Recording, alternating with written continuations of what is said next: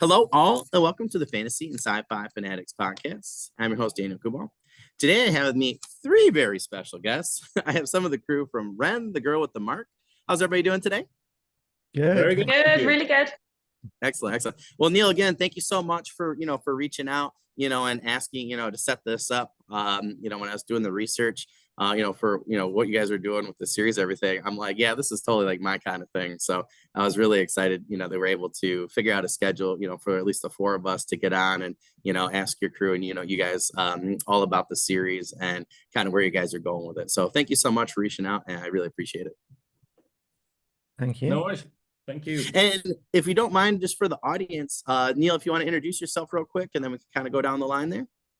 Yeah, I'm Neil Oseman. I'm the cinematographer, and from season 2 onwards, the showrunner of Ren, the Girl with the Mark. Yeah. Hiya, I'm Oriana Charles. I'm an actor. I play Ren from series 2 of Ren, the Girl with the Mark. And my name is Christopher Dane, and I am one of the co-creators of the series with Kate Madison, who's the other creator. I also play one of the characters in the show and did a lot of the stuff that Neil is doing in season 2. I did that in season 1. Well, that's awesome. All right. Well, thank you guys so much again for coming on. We'll actually start with that first question. So what is your series, Ren, the Girl with the Mark, about, and who came up with this idea? Oh, I guess I'll answer. The initial sort of the spark of the series was basically from Kate Madison, as I said, the co-creator of the show, and the show is about this young girl who lives in the outskirts of a huge fantasy place that we created.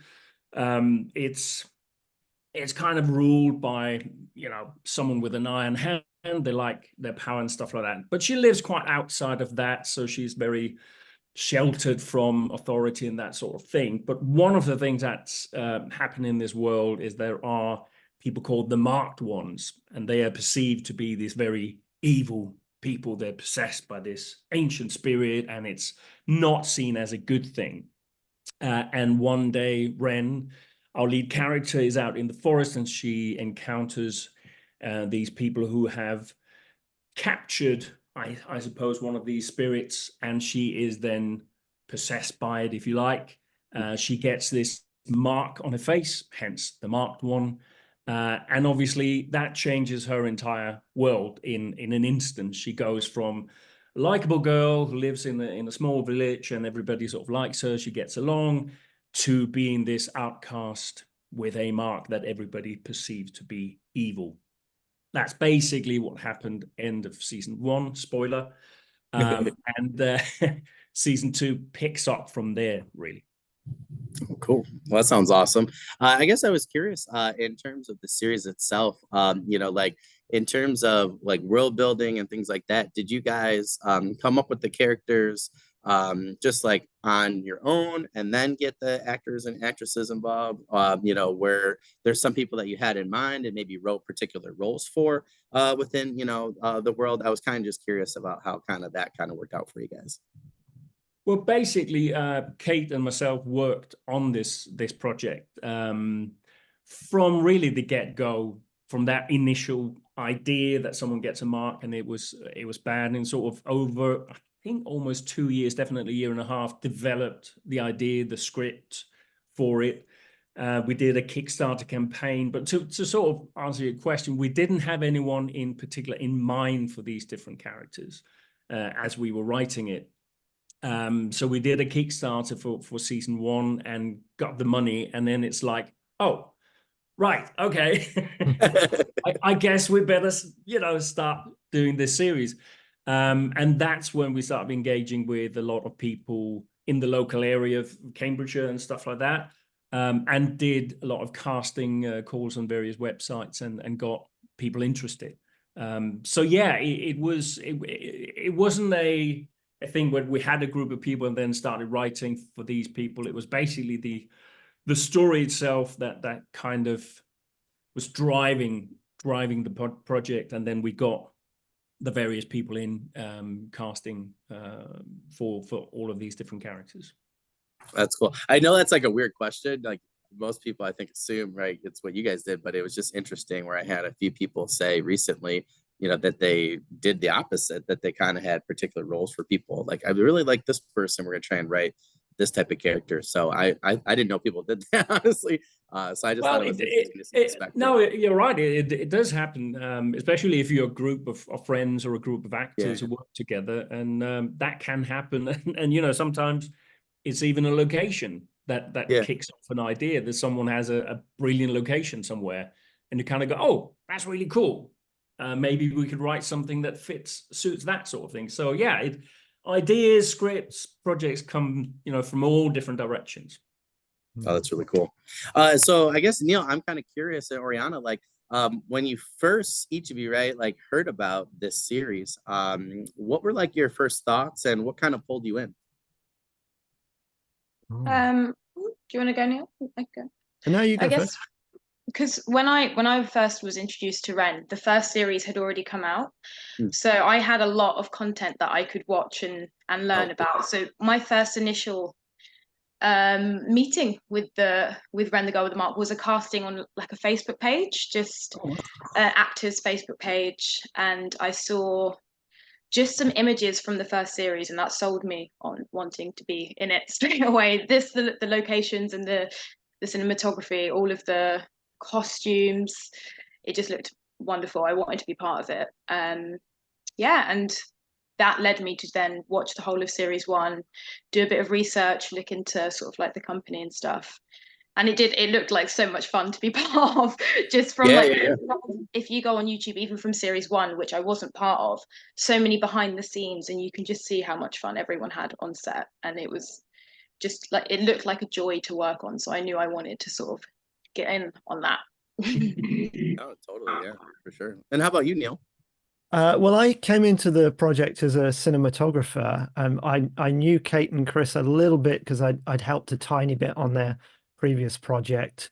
And I'd just done another web series called The First Musketeer, which of course was a period show and quite ambitious as well. And it had a few of the same crew, and I'd really enjoyed working on that. So as soon as I found out that Kate and Chris were doing Ren, I was lobbying hard. I can remember at least one phone call, really lobbying hard with Kate to get hired to shoot that first season, and then just had a fantastic time and ended up helping out with post-production. And after season 1 had been dormant for a few years, I felt there was so much potential there, and I just asked Kate and Chris if I could take it over and keep making it, and they very kindly said yes. That's awesome. I have to say, as somebody that like knows so many people that love like Mythica and just like different series, similar to your guys's, there's not that much out there for people. So Neil, when you approached me with the email and I looked at it, and I think same thing, Oriana, too. Like I was like blown away like instantly. And like, I mean, I teach at a tech school. So, in terms of just looking at, what you guys, have done so far, I was just really impressed. I've seen other series and things like that, which, again, I totally agree with you. Like the costumes, the cinematography, the shots. I mean, it really looked like something, that you would just go to the theater and see, which I thought was really cool. So it blew me away like right off the bat. So I thought to myself, like, I really got to figure out how to get these people on the show. I totally agree with you guys. I think it's really cool. I agree with you, Neil. I think that like for somebody like me, it's hard for me to watch other things. So especially with my son, but it's really nice, like I got 15 minutes of season 1 the other day, and then I'm open to, to keep going. And, it's a lot easier for me to kind of watch something like this than it is like a movie or a longer series or something like that. So for me, I just feel like I was more of the type of person, and media consumer that you guys, are trying to attract. And I absolutely love fantasy. So that's a win there. So I thought that was really cool. All right. So I'm curious at what changes can viewers expect between season 1 and season 2? And maybe what are some of the things your crew have sought to improve between the two? And you can talk about, like season 3 too. I'm just kind of curious at what the progression's kind of been, in terms of writing, world building, you know, some of the additions, you know, things that you guys feel, you know, needed to be added or changed, or, you know, things like that, or improved upon. So. Well, probably the most obvious thing you spot changing between season 1 and 2 is the 2 lead actors. The series was dormant for a few years, and of course the original cast has moved on to other things. But I think we tried to expand the world. I think certainly Kate had always had in mind, and I guess you as well, Chris, that season 1 was very much, it was the setup, it was in the village. And then after that, the characters would sort of go out and be on the road and explore the world a bit more. So yeah, that's definitely one of the big things for season 2, was to expand the world, and we hope to keep doing that in future seasons and get more into the extremely rich backstory that Kate and Chris have created for this world. And for me, it was really important to focus on the 3 main characters of Ren, Hunter, and Commander Othon, who's the main antagonist in season 2, and to develop the 3 of those characters and see some different sides of them and how they all relate to each other. Yeah, I mean, it was definitely, but basically, I think I'm going to say exactly the same as you just said. But yeah, just to say, yeah, it was the initial idea that the whole of season 1 would take place in this village, and as you said, Neil, that was the setup, and then it would become this kind of almost road movie afterwards, where we just go out and as I said initially, that this series is set initially in a very, very small remote part of this enormous world that is there. So there's so much to explore, you know, both geographically. There's a whole continent that's got like 5 different sort of provinces to it. There's unknown places as well. So there's loads of places to go. And on top of that, there is a lot of mythology and backstory, historical stuff that we've only just we're touching on very briefly in season 1 and in season 2. They're just little hints of a much bigger, both spiritual world and physical world. Interesting. So what I was, you know, doing research online, and I saw you guys had the gap. So I'm really curious at, like, you know, what some of the challenges were from a writing aspect, and maybe Oriana, you too, right? Like coming back in after that lull period. I know for myself as a writer, it gets difficult at times to be like, you know, to pick up the characters again, you know, and be able to write from their perspective, and then, you know, to craft the story again, and get them in and fit, if I've taken a little bit of a gap. So I was kind of just curious at what some of the challenges were that you guys had in terms of, you know, going from season 1 to season 2.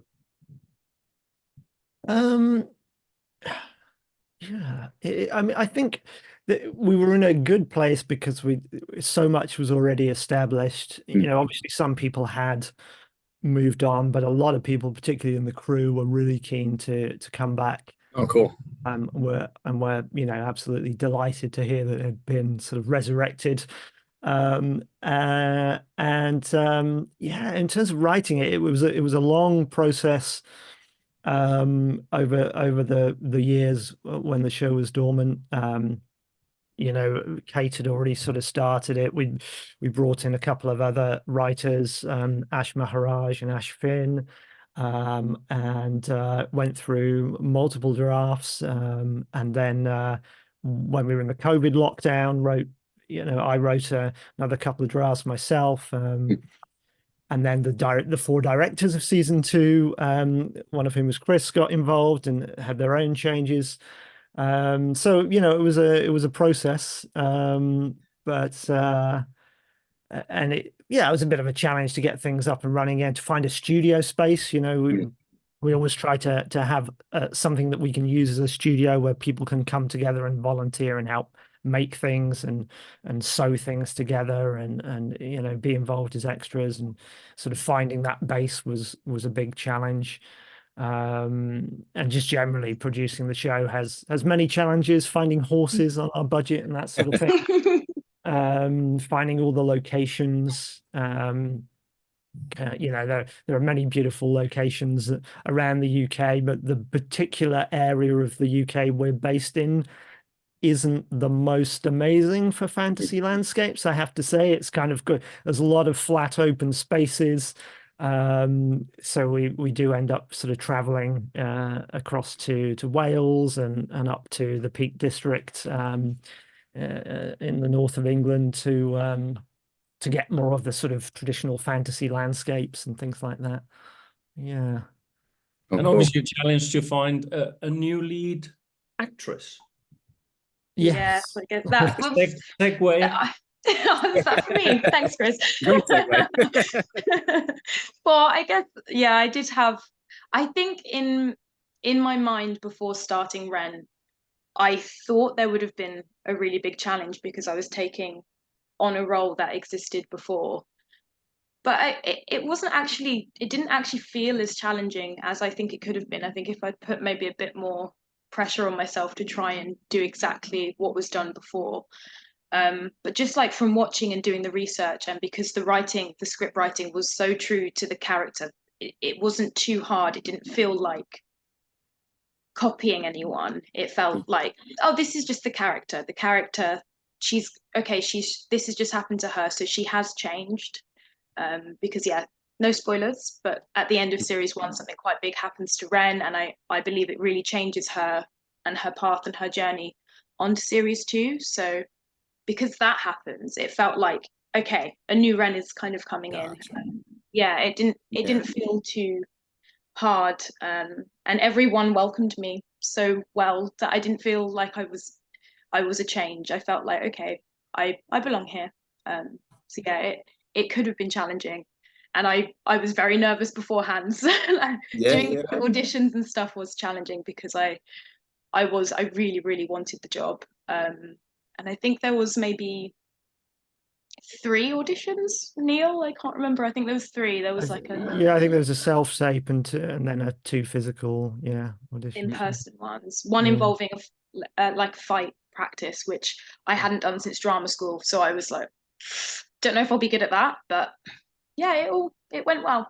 It did go well. That's awesome. I'm glad to hear that. I know that, I mean, I just feel like you were in a really challenging spot, I think, for anybody, right? Because if, that role was already there and, viewer expectations, things like that. So I'm really glad to hear that. So good for you for, being able to use the writing, right? And taking it a look, I think, from it at that point of view, I think makes total sense. And I definitely think helps you out, right? To, pull that character into maybe more your direction or, the overall direction of the writing. So that's really awesome to hear. So I'm just going to move on to the third question, because you guys just had me so curious about this. And especially once I was able to visually see everything for the show for season 1. I'm curious at what goes into creating and making one of the episodes, just like overall. That's a big question. Yeah, I know. It's fine. This is a very big I left question. a lot of time for it. I think I made a list for this one. All the different things. And it ends in hot water bottles. Oh, wow. I want to hear this list. So many different things. Okay, I put great writing, teamwork, positive attitudes all round, everyone having a little patience, because sometimes it's a good one. Sometimes there are people who it's not their job doing different jobs, and the set, everyone had their little areas, but sometimes people, I could see them overtaking and balance, like people holding the camera who's not their job, and everyone rallied together to make it work. You had to be prepared for that. Coffee was one of them. Yeah. Some of it on your face. Yeah. Smeared on my face if you see episode 2. I put lots of laughs and hot water bottles. That was my little list. That's a good one. I could have used the hot water bottles at one point. That was mostly for Wales. You can add building a village for season 1 and building all sorts of things for season 2. Constant building. Yeah, and traveling, and yeah. Yeah. In fact, we're just about to start building a ruined town for season 3. So Oh wow. As somebody that used to help build sets and do props, I have to say, like, people don't realize, like, even just one building, like what goes into it. Yeah, it's very time consuming, and you definitely have to. I remember a few people, they're like, yeah, we're gonna, like, they used to like do it, like do like a Facebook group or like event, like back in the day, when I was at Michigan, and then they would just be like, oh, who can meet on this day, and then it was cool though. Like I went and volunteered a few times, and we just went and made sets and stuff like that, for like local schools, some different, people that were doing stuff at the college level. But I just felt like there were never enough volunteers to help build the sets and to get everything ready that way. Even some of the props, right? Like I have kids make props here at my school. I mean, we had a foam shield, for crying out loud, that took us like 3 weeks, and it only turned out somewhat what we were trying to do. But I mean, it was like the biggest headache. I'm like, this is only one prop. So I was just talking to a prop maker recently, so I give you guys a lot of credit for being able to get all this together. So would you say, Chris, was that like kind of just like the set itself as well? Did you guys, is that one reason why you guys kind of stuck to the village for season 1, just because it was just a little easier set wise, or? I wouldn't say it was easy set wise. It was. We literally built a village square that was then transformed into various parts of the village. But I think one thing we sort of learned in season 1, and Neil will confirm this, that having a space where things could be done was quite vital. We sort of didn't realize, we kind of fell into in season 1. It was kind of a few random little meetings with people that led to us renting this not derelict industrial building, but a kind of an industrial estate that was empty. And we rented that for 5 months and then started building sets inside and outside in that space.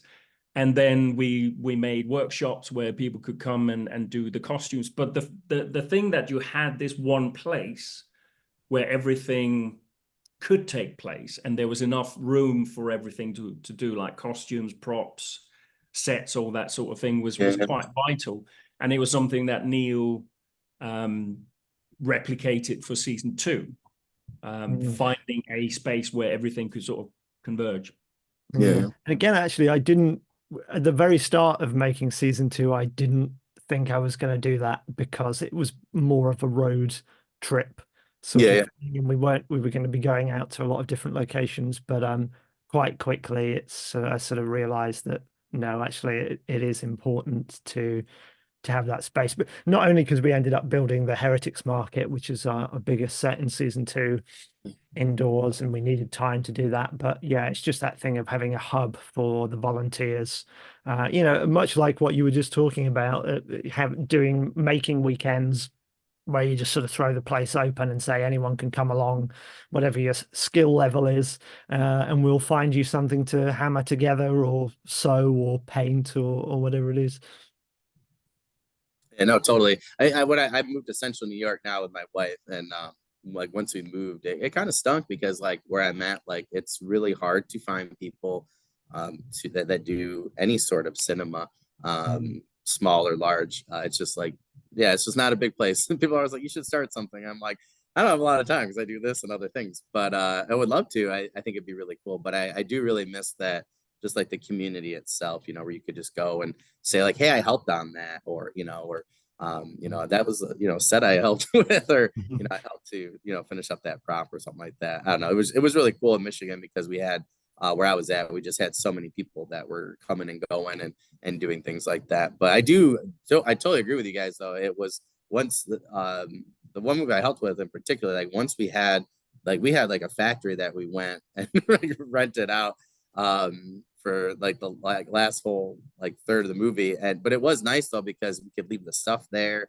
It was locked, everybody knew where to meet, what time. When we were traveling around, I mean, it was really difficult to go from location to location. I had stuff in my car, that like people needed. And then, there were just all sorts of problems that stem from not having just a place. So I could totally understand. And once we actually had the place, you know, and set up and everything, it was really nice. We could only go in after like 9 p.m. So that's where Oriana, I totally understand the coffee and the hot water bottles, because I didn't think it was going to be a big deal, you know, because we were indoors, but it was still like March in Michigan, so it wasn't great. So the hot water bottles definitely would have come in handy there, and I definitely could use more coffee by the end. But that's really cool. I'm just curious, how many people would you say helped you guys, you know, in terms of volunteers, or you know, or just in general with like writers, actors, everything, like in terms of what goes into one episode? How many people do you think on average like help you guys with just one episode? Well, I think there are over 200 people in the credits of season 1, right? It's more. Wow. I can't. I think we counted about 400 or something. 400, not necessarily in the credits, but sort of overall, like, because that's the thing that loads of people.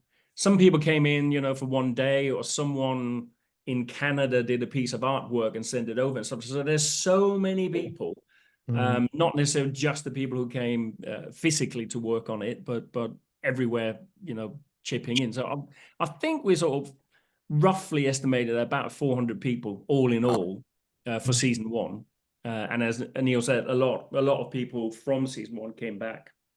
I mean, those 400 included the Kickstarter people and all that sort of thing. Yeah. Counted those people in as well. Oh, that's cool.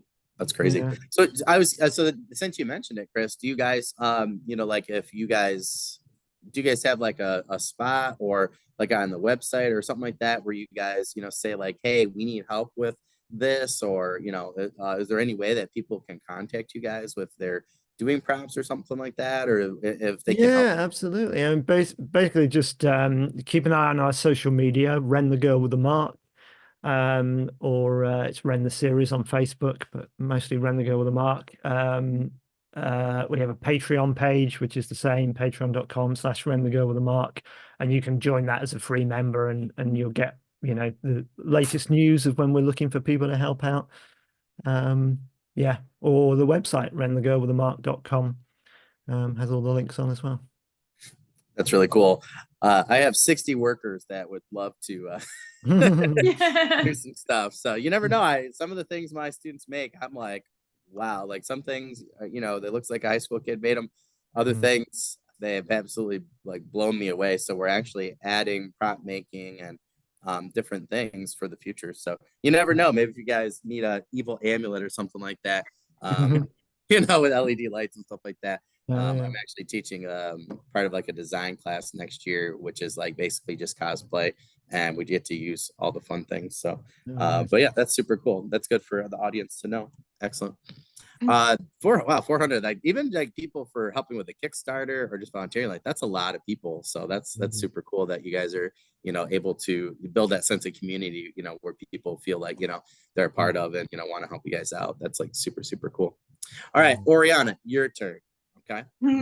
Curious, what steps did you take to prepare for this role just in general? Okay, so right, there's some fighting in there, and you said, you know, you hadn't really done that since drama school. So I'm curious, like, yeah, like in terms of just overall for the role, like what did you do to prepare? I guess the first part of preparation for Ren was just a lot of research and watching, especially the first series. But then after I did get the role, it was kind of studying the script that I had in front of me, the new script, which, like Neil and Chris were saying, the first series is set in one place, and the second series, actually, I think each episode is set in a different location. And yeah, completely different. So it is really a journey. It's a very different kind of story. The fight stuff I was quite nervous about. Also, I wasn't sure if I was going to have to ride a horse, so I was a bit nervous about having to take some horse riding lessons. Luckily I didn't have to. We had a really cool phony pony, again made by volunteers, and also functioned by volunteers, because I was sitting like a tire, and one person was pushing it one way while one person was pushing it the other way. It was really fun. But with the fight scene stuff, these were all things I didn't think I wasn't sure if I'd have to do, and then it came around to it and I did. I was quite excited to challenge myself to do something else. We had Ronan, he was our fight sort of director, and I did go to a few sessions with him where his base is, and he taught me a little bit about bow and arrow in particular, because like Ren uses bow and arrow quite a lot, just like how to quickly even if you can't shoot very well, but how you can quickly sort of like load up a bow and arrow. He gave me some lessons in that, which is really cool. He also got to teach me we wanted to try and find some cool moves that could be done with a bow and arrow that wasn't just shooting arrows. So we did work on like a move which is in series 2, where she sort of like hooks the sword between the bow and like moves it round, like spins the bow round so that you can disarm someone. So it was really fun, the prep that we went into to get to that point. But yeah, the fight scenes were harder. It was really well done. Like Ronan put together a little video with his fight choreographers, sent it to me and said, this is what you'll be doing, and gave me the preparation. I sort of like practiced it a bit at home, and then I met Dan, who plays a character called Screed, who I fight with in episode 4, and yeah, I just had to work with him for a bit, practice, and by the end of it it was fun to do rather than intimidating, which is always the way you want things to be. I guess you want to feel confident when you're doing it. So that was a bit of a challenge. Can't think of anything else that was quite challenging. I think there was maybe one scene that me and Alex in particular, Alex plays Hunter. We were both a bit nervous about it because it was going to be quite emotional. And if I'm honest, I haven't done too much film and TV. I'm not used to everyone being there when you're having like an intimate scene. I'm used to stage where there's a bit of a gap and they can't really see me, so that's fine. So yeah, having a lot of people on set and trying to do an intimate scene, I was quite nervous about. But Alex was great to work with. He really helped me through it, and so did the director of episode 4, Sophie. She really helped me through it because it was going to be hard to do. But yeah, by the end of it, when I look back, those were my favorite things. Like the fight scenes, the horse riding, all the bits that I was a bit like, oh, I don't know about that. Really enjoyed it in the end. And when I watch it back, I'm just like really proud of it. That's what's really nice about the Ren project, and everyone's just come together to make it, is you watch it and you're proud because you all did that. Like it was just something that we all came together and made. There was also that added thing for you, Oriana, that you had to deal with 4 different directors. That's very true. That is very true. But season 1 was directed by Kate, all 5 episodes, but season 2, Neil chose to have like a different director for each episode, which was quite a cool thing. But obviously, that is quite strange for you guys as actors. I think it was only ever strange maybe on the first day of the change. But then you it's really fun for an actor to have someone coming in with different ideas and just different techniques of how they do things. So I did it. I really, really enjoyed it. And I think when you watch series 2, you can kind of see each episode's got a little slightly different zest to it because it has got 4 different eyes on each one. But yeah, for an actor, it was really fun. It was great fun to have 4 different directors. Cool. Well, that's a lot of really good information there. So Oriana, I also want to just go back to because I know we started talking just a little bit, you said, you had some other work that was going on, the last several months. But do you mind just letting our audience know a little bit about your background? Excuse me, just in general. So I guess I have a pretty standard background for an actor, especially studying in London. I went to a drama school. I came out, I was doing like little bits and bobs. I've done sort of quite a lot of work in schools and theatre and education at the beginning, which I think really helps because kids are your hardest audience. It's brutal. It's brutal. It's I know that feeling. yeah, if you can win an audience of like 16-year-olds over somehow, you know, you've done a good job. So yeah, they can be brutal, and you can sometimes get hecklers, which you're just like, what's going on? This is crazy. So you're trying to do a show and someone's shouting at you. I've never had that before. But then after that, I started working more in theatre. I've done a little bit of TV and film, mostly over the last 2 years. But up until then, it was mostly theatre. And yeah, I love theatre. I really do enjoy it. But I have seen that there is a different kind of art to doing film and TV. And I think I was a little bit intimidated by it before, but now I'm quite excited to get to know it. While we were working on Ren, I asked Richard, he plays the commander, I asked him loads of questions about working in TV and film, and he's the loveliest man on earth. He's so lovely. He gave me so many tips, so I'm quite excited to put those to the test. But yeah, I enjoy both theatre and film, I guess, but my history is mostly theatre. So interesting. Sorry. I'll take that out. I think my microphone cut out of me. It's interesting. The loveliest men always seem to make the best villains or women. Like, it's always so weird. Like, I don't know if that just, you know, they just understand their side of the spectrum, and then I don't know. It's just really interesting. Because I always think of like, oh no, I'm gonna totally blank.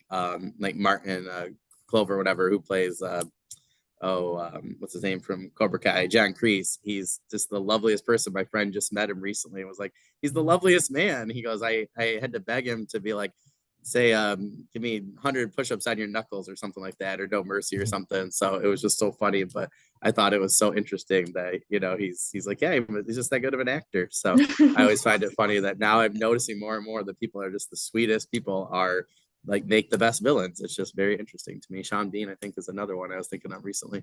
Well, that's really cool. So I didn't even think about the fact, you know, and I'm glad you guys brought that up, you know, that you had different directors that you're working with. So I think that that's great that, you know, you looked at the positive spin on it, right? That you can learn more, you know, from more individuals. And I do think it is interesting to see how people have done that with different seasons now. The Mandalorian did that for a few episodes, and I actually really did like it, especially when you, like you guys said, like your characters are story more on the road, right? And you kind of get a little bit different spin. So I think that actually is a strength when you can do it right. So that's really cool. And then Oriana, this is another one for you too. So how do you prepare for each episode, particularly when, you know, you did have a different director for those? I'm just kind of curious at what your preparation was like just in general. I guess the main preparation would have been sort of discussing with the directors a little bit before we started about anything that they might want from me or need from me. Normally everything was in the script though, which was quite easy. The story did tell itself. There wasn't too much. If we were filming episode 1, episode 2, episode 3 in order, it was quite easy to sort of like follow it along. The challenges came when we were doing like the fill-in scenes at the end, and suddenly we were going back to filming something. We just finished episode 4 and we went back to filming something that happened in episode 1, and you were just like, oh no, who was I back then? What happened? And that's when you really do need someone to sort of be like, no, remember like what's just happened to you. Kate was great at that. Remember, you've just, no spoilers, something's just happened to you. Don't forget about that, the little pieces that happened before, because yeah, you could easily just focus on what's in front of you, but a lot has happened to the character. And if you jump from episode 4 to episode 1, that's where things get a little bit hard. But just gentle reminders, I guess, helped.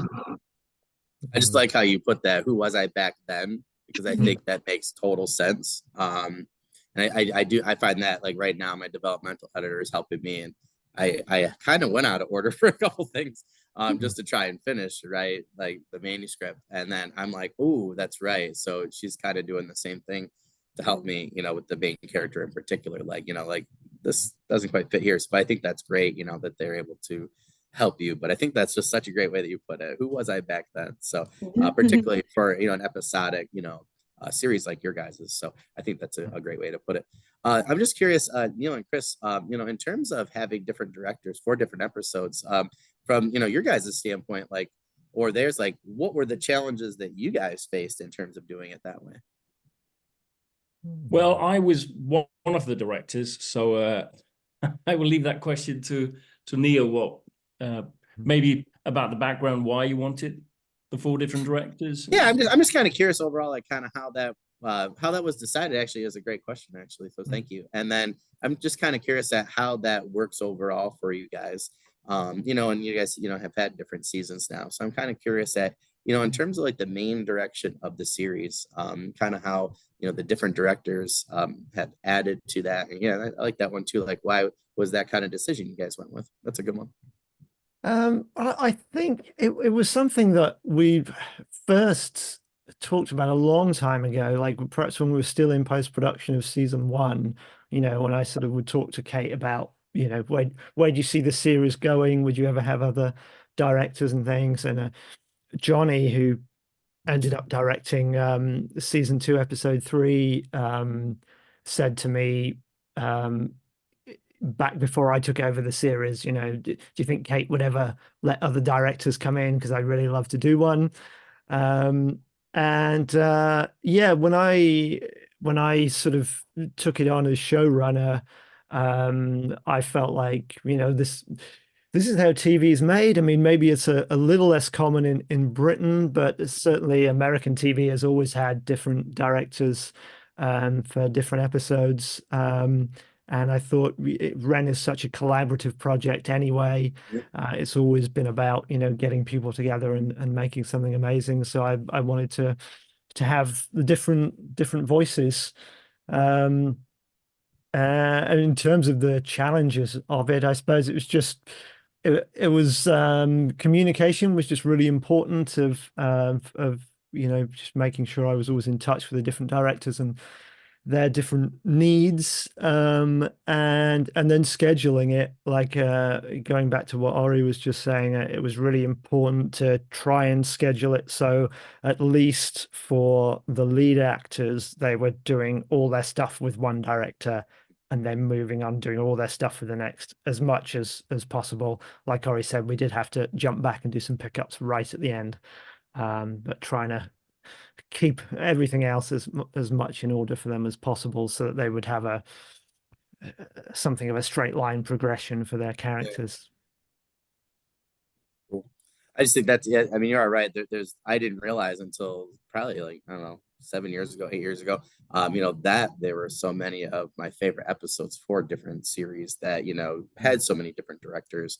Smallville with Tom Welling was one, and I found out that, you know, some of my favorite episodes were ones he ended up directing as some of his first directorial debuts. Michael Rosenbaum, who played his Lex Luthor, also was another one. So it was just very interesting, you know, to see, and that really opened my eyes, you know, to pay attention after that, you know, 2 different TV series in particular where, you know, different directors were taking over different episodes. So I think that's really cool. I think that was a great idea by you guys too, particularly for season 2, like I said, to, you know, kind of branch off and, you know, into a different direction and travel. Because I really do think that you get, yeah, just like a different look, and it creates a more unique story, I think, that way. So it's cool that the collaborative piece works so well for you guys. So it's awesome.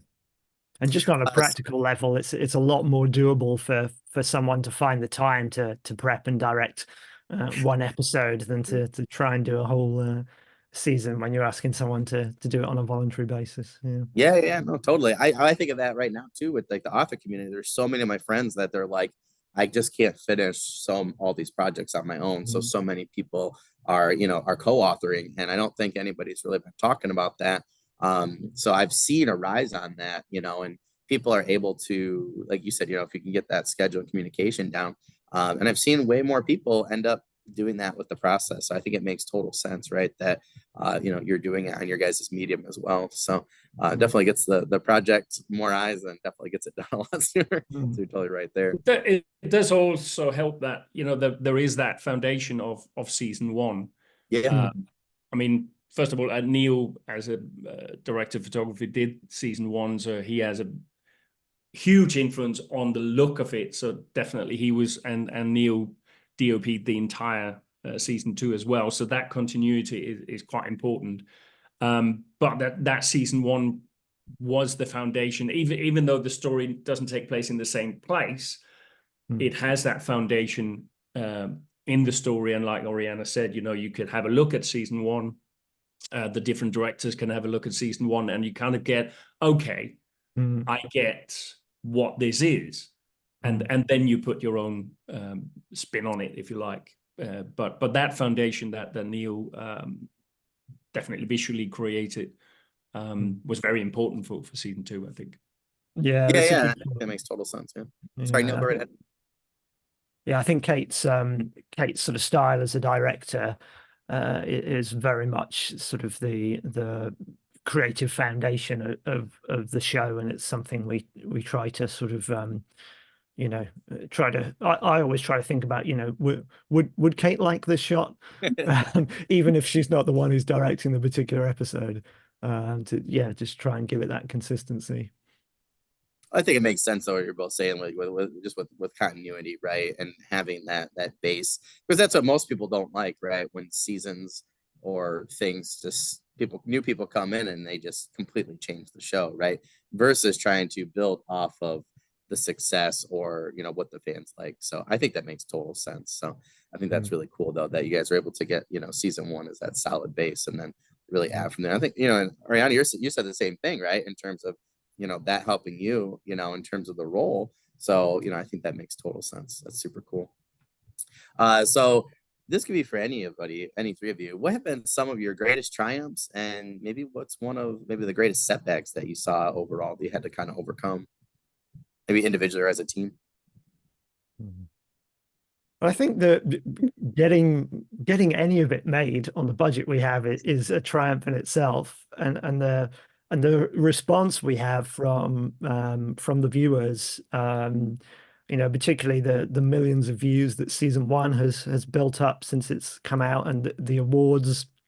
It won 14 awards at different web festivals around the world, and hopefully season 2 will win a few as well. We're entering it now.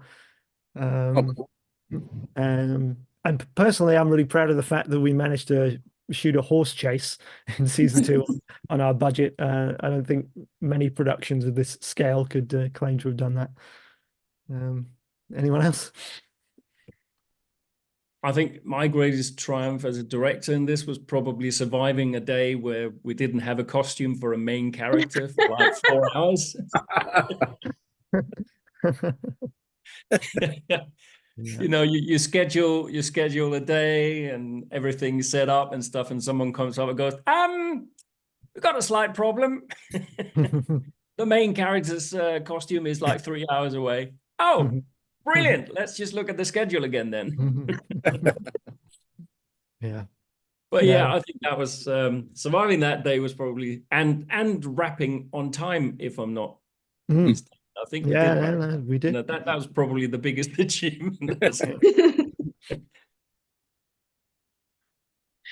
I don't know. I don't think there's been any setbacks. Not for me, because I'm very lucky. I'm an actor. I come in. Most things have been done. The team has like worked hard. They do all the hard work. They do all the grit and stuff. I guess triumphs, the horse chase scene. Whenever I watch that, I'm baffled at how it was kind of created. It looks amazing. I didn't think it was going to look like that at all when we were making it. I've never really done anything on like blue or green screen before. But yeah, there's not. I guess the main setback is because we don't have funding. We can't always just shoot whenever we're ready to. And we're ready to shoot. We're ready to go now.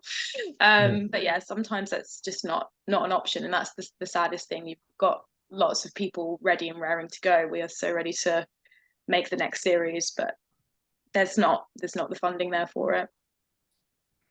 Yeah, totally. I understand that. I still remember being I went to both my jobs, and I still remember like people. My phone was just blowing up, and I was just like, "What is going?" I had 45 missed calls from both directors. They're like, "You have like half the stuff we need to film today." I'm like, "I'm not going to do it until like 11:30," and one of the sound crew had to come up and like get the stuff, grab my keys, and then go all the way back. I think the main director still has like my camping blanket and a few other things after like 8 years, because I was just like, just take some of those things. Like, you guys keep filming, like you'll need those kind of things. So was really funny. Well, that's awesome. I definitely understand with the funding. I have several books that I really just need the funding for, that I'm setting up Kickstarters and stuff for. So I definitely understand that. So I've been set back like 2 years almost just due to funding. So my heart rings for you guys for that one. So I definitely understand that. So how do you guys secure your funding for, you talked a little bit about Kickstarter, but I just want, just for the audience, just so we know, how we can help you guys out, to continue this great product. So how do you guys secure funding for your episodes and seasons, and what steps do you take in getting the series out to us, the viewers? Well, it is all crowdfunded. As Chris said, season 1 was a Kickstarter. For the last sort of year and a half, we've had a Patreon page, which is our main method of funding now. So people can join that, and they'll get all kinds of bonus content, short stories, audio books, exclusive merch, behind the scenes videos and interviews. Yeah, there's loads of stuff on there. And it's super helpful to us. Is literally how we keep going, is the viewers, the fans, supporting us through Patreon. And we may do other platforms in the future, perhaps another Kickstarter or an Indiegogo or something to supplement that. But right now, the best way you can help us is to go to patreon.com/Ren the Girl with a Mark and join up. That's awesome. That's super cool. I'm a huge Patreon fan, so I was teasing one of my friends. I want him to write a second book in a series, and it's starting to get more popular. I've just been posting it everywhere, and I always tease him. I'm like, if you don't want to write it for anybody else, I said, once I get the money, I'll be like an old school patron from the Renaissance, and I'll just pay you, what you need to just write it just for me and, get it edited and stuff. It was a brilliant story. So definitely want to keep going. So, and people, viewers on here, we're definitely, used to supporting different Patreons. So we'll make sure that is in the YouTube description for you guys here, anywhere where this audio and video will be found. So that's awesome. And how does your team make crucial decisions when it comes to your budget and the story you want to tell? I understand horses are expensive. I've been in a couple situations where I've heard, friends of mine in the community are like, I had one friend, they like cut out they did like a Lord of the Rings kind of thing for a ranger, and they were supposed to have 2 horses, and that just did not work out. So they had to like redo everything on foot and kind of put it all back into cinematography and, look at different shots and things like that. So I'm just really curious at how you guys, are coming up with your decisions based off of your budget. Yeah, we try not to think too much about the budget at least when we start writing, because you'll never get anywhere, particularly with a fantasy series. You'd never write anything if you were worried about how much it was going to cost. But yeah, I mean, at some point, like any film and TV show, no matter how big a budget you have, there's always something that you want to do that the writer or director wants to do, and the producer has to say, look, I'm sorry, we don't quite have the resources for that. Can you cut that or scale it back or something? But I guess we aim really high to start with, shoot for the moon and land on the roof. Yeah, I mean, talking of horses, there were more horses in the season 2 script originally. Episodes 2 and 3 have a lot of scenes with this prison cart, including a big action scene on a bridge at night. And originally this cart was going to be horse-drawn, and I started sort of making inquiries about that, but at some point, I guess a bit of common sense prevailed. I thought, do I really want to have 2 horses and a sort of owner, rider, driver, whatever, just sitting around on this bridge in Wales for hours and hours and nights on end? So you just hired Ivan? Yeah. So we brought back a guy called Ivan Moy, who was in season 1, and it sort of made it a bit of a joke that his character, for letting Hunter escape from prison in season 1, his punishment is that he has to pull this cart. That's awesome. My friend says anytime you're trying to get out of a budget or an issue like that, he's like, you could just make the writing better and always solve your problem. So that's a great. There's always a solution for things, and sometimes when you don't have the money, the creativity kind of saves you, and sometimes it ends up better than what was written or what was initially sort of thought.